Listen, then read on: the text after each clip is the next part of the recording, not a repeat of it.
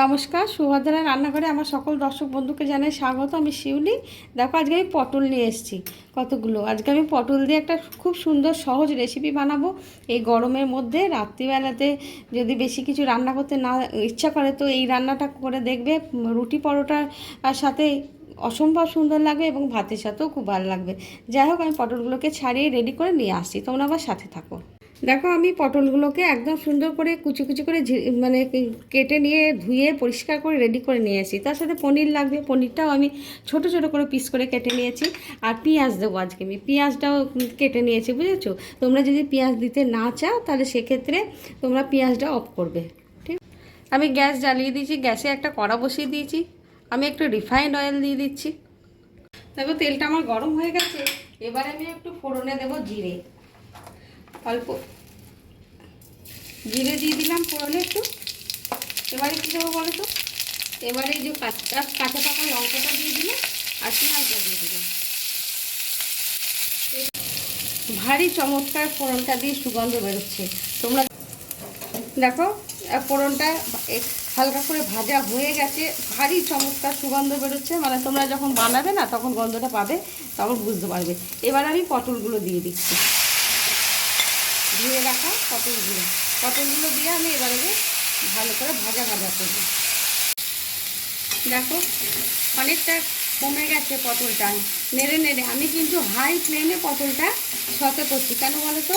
যদি ফ্লেমটা লো করে দেওয়া হয় তাহলে জল বেড়ে যাবে। আর এখন পটলের তোমরা জানো, পটল ভাজার সময় পটল দিয়ে একটু জল বেরোয়।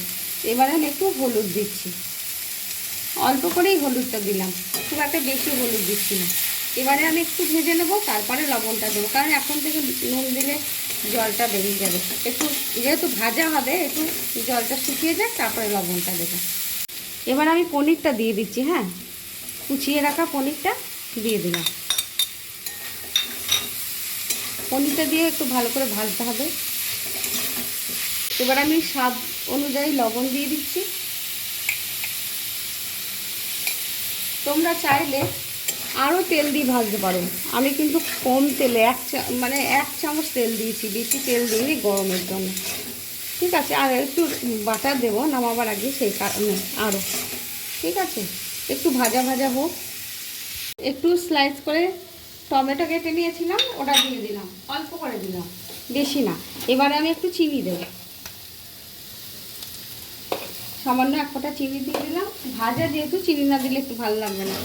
হ্যাঁ, আর রুটি পরোটার সাথে খেতে তো আরোই চিনি চাই একটু। যাই হোক, এবারে দেখো আমার ভাজাটা ভারী চমৎকার হয়ে গেছে, লাল লালও হয়ে গেছে। এবারে আমি আর একটা জিনিস দেবো, সেটা হচ্ছে একটুখানি হোমমেড গরম মশলা গুঁড়ো দেবো।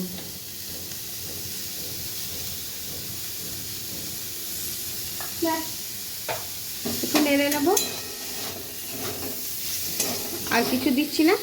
এবার আমি একটু উপর থেকে বাটার দিয়ে দিচ্ছি, বাটারটা আস্তে আস্তে মেল্ট করবে আর ভারী চমৎকার লাগবে খেতে। ঠিক আছে, আর এবার আমি গ্যাসটা অফ করে দেব।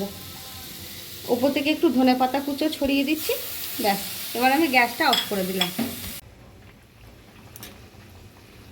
দেখো, আমার পনির পটল ভাজি একদম রেডি এবং সার্ভ করে দিয়েছি। অসম্ভব সুন্দর হয় এটা খেতে।